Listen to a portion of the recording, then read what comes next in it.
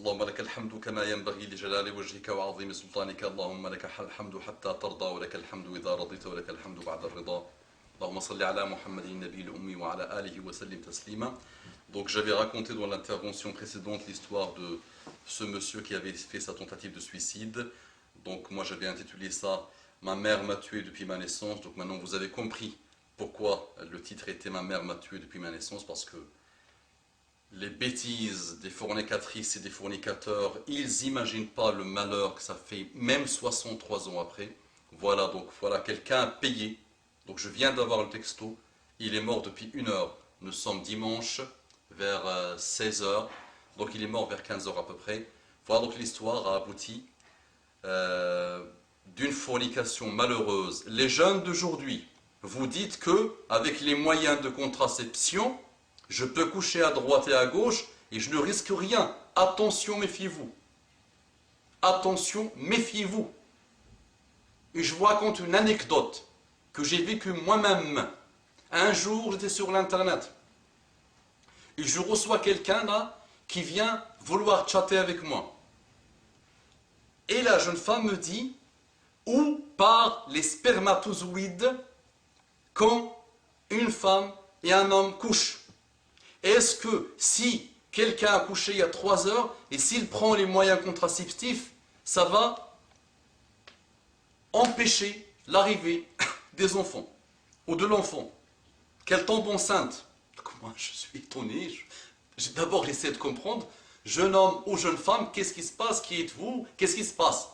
Et c'était une jeune femme qui me dit, et qui écrit, donc ça écrivait, qui dit, donc c'est mon histoire, j'aimais quelqu'un, il m'aimait beaucoup, et un jour il m'a demandé de partir avec lui, dans un endroit, lui et moi, et il nous disait il allait se marier avec moi en plus. Et moi je l'aimais beaucoup le monsieur, il m'aimait beaucoup, il me montrait qu'il m'aimait beaucoup. Et on part ensemble, et moi je me disais, même si je pars avec lui dans un endroit, je vais faire le maximum, je ne vais pas coucher avec lui. On s'aime, des petits bisous, des petites choses comme ça, on va s'embrasser, on va faire des câlins, vous savez, l'amour, la tendresse, ce qu'on a appris dans les chansons, tout ça. Juste une histoire innocente, le temps qu'on se marie. Mais vous savez, pourquoi Mohammed sallallahu alayhi wa sallam, pour tous ceux qui ne le connaissent pas, je les invite à le connaître, pourquoi il nous dit, ne mettez-vous jamais avec une femme dans une chambre. Jamais dans un endroit où vous êtes. Ma khala rajulun bimra'atin illa wa kana ash-shaytanu thalithahuma. À chaque fois qu'il y a un homme ou une femme qui se met dans un endroit tout seul, et il y a le shaitan qui s'installe lui-même. Le shaitan s'installe entre les deux. Et vous savez ce qu'il fait, shaitan. Et vous connaissez les histoires, et les malheurs, et les ravages. Et ce monsieur que je connais très bien a payé les pots cassés de la fornication, de vide spirituel qu'il a lui d'abord, lui-même, et que nous on ne fait rien par rapport à ce vide que nos frères et sœurs partout dans le monde ont. Et il a payé aussi la fornication de cette mère, qui est morte depuis 25 ans, 26 ans elle aussi. Et elle avait passé sa vie à forniquer. Elle a mis ses enfants dans la DAS. Elle avait forniqué avec au moins 5-6 avec qui elle a eu des enfants, et tous à la DAS, ils ont fini leur vie dans la DAS. Et donc je reviens à l'histoire de cette jeune femme, pas pour raconter des histoires, pour vous rappeler, pour me rappeler que le salut est avec Allah subhanahu wa ta'ala. Le salut avec Allah subhanahu wa ta'ala. L'apaisement avec Allah subhanahu wa ta'ala. Le réconfort avec Allah subhanahu wa ta'ala. La non-dépression avec Allah subhanahu wa ta'ala. Le non-suicide avec Allah subhanahu wa ta'ala. Les non-déviations avec Allah subhanahu wa ta'ala. Et la dame écrivait, la dame avec qui venait chatter avec moi, écrivait. Elle disait, donc c'est mon histoire, voilà. À la fin, donc j'avais tout essayé, mais on n'a pas pu résister et on a couché ensemble. Et on a couché ensemble. Et quand on a couché ensemble, 2-3 jours après, ou le jour même, j'ai pris les pilules de ma mère en plus. J'ai pris les pilules de ma mère, les moyens de contraception, et elle est venue me poser la question à moi, est-ce que si je fais ça, je prends les contraceptifs, est-ce que ça va empêcher que je tombe enceinte? Et subhanallah, elle écrivait, vous savez la limite de l'écrit dans le chat là, elle écrivait, il est où mon iman? Où il est où iman? Moi je lisais, et moi, subhanallah, je disais la ilaha illallah. La fille au moins, elle disait, elle était où ma foi? Donc je pensais qu'elle écrivait, elle était où ma foi? Et dans tout ce qu'il avait écrit, à chaque fois il écrivait, et il est où? Elle était où? Il est où? Et moi, à un moment donné, je pose la question, qu'est-ce qu'elle veut dire? Et je relis. Et là, j'ai compris qu'elle ne parlait pas de l'iman. Elle ne parlait pas de la foi, cette jeune femme. Née, grandie dans un pays arabe, les amis, vous ne savez pas bien ce qui se passe dans les pays arabes. Arrêtez de vous mentir à vous-même. Arrêtez de vous mentir à vous-même. Et moi, quand je le relis, je comprends, et j'ai compris finalement, elle manie. Il est où le manie? Et moi, je l'ai lu pour les imams tellement, je vois le bien, j'essaie de voir le bien dans mes frères et sœurs, malgré tout ce qu'ils font. Qu'Allah nous préserve et qu'Allah préserve nos filles, et qu'Allah préserve nos garçons, et qu'Allah préserve les enfants de tous les musulmans partout dans le monde, et qu'Allah guide les non-musulmans et leurs enfants partout dans le monde. J'ai lu ça, je lisais ça, l'iman, alors elle me disait, il est où le mani? Au moment où on a fait, il est parti où le mani? Le mani, c'est quoi? C'est les spermatozoïdes en arabe littéraire. Voilà, les amis. La fornication, est-ce qu'elle fait?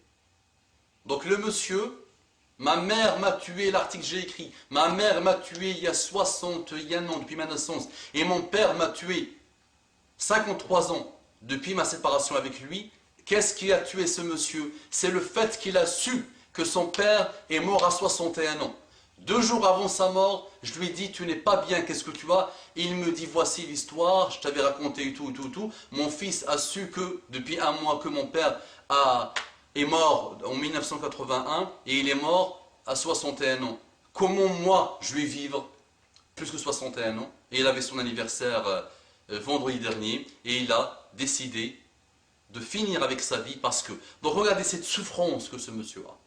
Dites-moi, billahi alaykum, par Allah subhanahu wa ta'ala, avez-vous déjà vu quelqu'un qui a la foi, la vraie connexion avec Allah subhanahu wa ta'ala, malgré toutes les épreuves qu'il peut vivre, vous l'avez déjà vu, arrêter sa vie, décider d'arrêter sa vie? Il n'y a que ce pays, nous sommes en France, ce pays civilisé, cette chose qui se prétend pour un pays civilisé. Qu'est-ce qu'on met derrière le mot civilisation? 266 000 tentatives de suicide par an, 12 000 réussies. Ils sont même mauvais dans la tentative de suicide. Même pas 4% qui réussissent. Parce qu'ils veulent se suicider, ils ne veulent pas se suicider.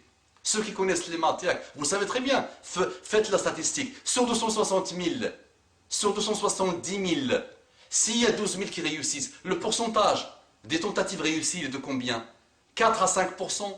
Donc même dans leur volonté de suicider, ils ne sont pas très sûrs. Parce que celui qui veut se suicider, il se coupe. Ou il se met devant le train.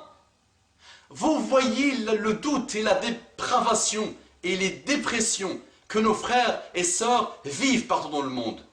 Même leur tentative n'est pas bonne. Et ce monsieur a fait sa tentative. Les médecins disaient que même s'il survit, c'est fini pour lui. Parce que ça va être une souffrance pour lui-même et pour ses enfants. Parce que le cœur, c'était fini à cause des médicaments. Il a eu le diabète aussi, tous les organes, malheureusement. Et nous, on a le temps. Comptabilisé, compté par Allah subhanahu wa ta'ala. On le gaspille dans les malheurs. J'interviens sur Facebook pour massacrer mon frère. Qu'est-ce que ça... Quand tu le fais entre toi et moi, pourquoi tu le fais? Pourquoi tu le fais? J'interviens à la télé pour massacrer mon frère. Et je le dis à tout le monde. Tous ceux qui se prétendent pour des connaisseurs, tous ceux qui se prétendent pour des intellectuels, tous ceux qui ont la déviation malheureusement dans le cœur. Consacre à ta vie. Consacre Allah ardalik ta vie.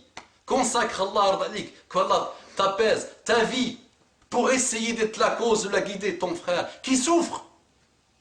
Fais-le juste pour ton humanité.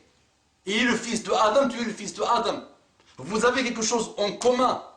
Fais en sorte, demande à Allah que tu sois la cause de sa guidée. Il souffre le pauvre. Il souffre.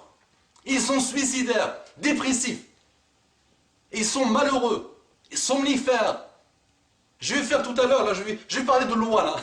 Ah, quelques-uns de la France et de l'Europe la connaissent, Louana. On va vraiment parler de Kalouana.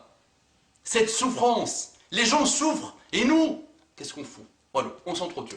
Les musulmans s'entretuent. أقول قولي هذا واستغفر الله لي ولكم فاستغفروه إنه كان غفارا رحيما اللهم صل على محمد النبي الأمي وعلى آله وسلم تسليما كثيرا.